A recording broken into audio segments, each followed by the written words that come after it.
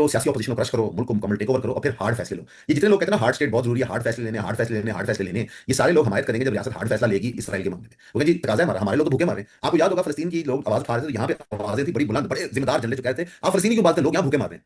मुझे नहीं पता था कि आप यक वक्त दो गलत कामों की बात नहीं कर सकते। आप कहते हैं कि यहाँ लोग भूखे मर रहे हैं, फलस्तीन में बड़ा जुल्म हो रहा है, इसमें क्या प्रॉब्लम है। उसकी बुनियादी वजह ये है कि ये चाहते हैं, ये अमेरिका का एजेंडा था कि मुसलमानों में से ढंग निकाला जाए, जो ये उम्मत करते हैं इस कॉन्सेप्ट को खत्म किया जाए। और इफेक्टिवली अगर आप मिडिल ईस्टर्न रियासतों को देखें, कॉकस रीजन की रियासतों को देखें, पाकिस्तान की रियासतों को देखें, मुस्लिम उम्मत का कॉन्सेप्ट तो काफी हद तक मिट गया। हम उम्मत इस हद तक है कि हम सबको सऊदी अरेबिया जाना होता है बस उमरा या हज करने, लेकिन उम्मत, इसी उम्मत ने पिछले कई सालों में मुसलमान मुल्क ने मुसलमान मुल्क पर जंग मुसल्लत की। पिछले 25 साल की हिस्ट्री उठा के देख लें तो उम्मत का कॉन्सेप्ट उन्होंने किल किया, तो वो जाहिर है रियासत लेवल पे भी आएगा।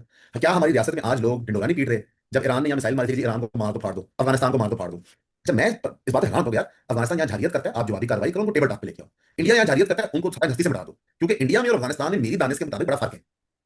एक हिंदुत्व हार्ड स्टेट है और एक मुसलमानों का स्टेट है, तो लाइक आपका रवैया दोनों पे तो सेम नहीं हो सकता। तो हमारे यहाँ दीन को हटाया गया है, एक नई किस्म की चीज पेश की गई सबसे पहले मुशर्रफ साहब ने की थी इनलाइटेड मॉडरेशन के नाम पे, और इसकी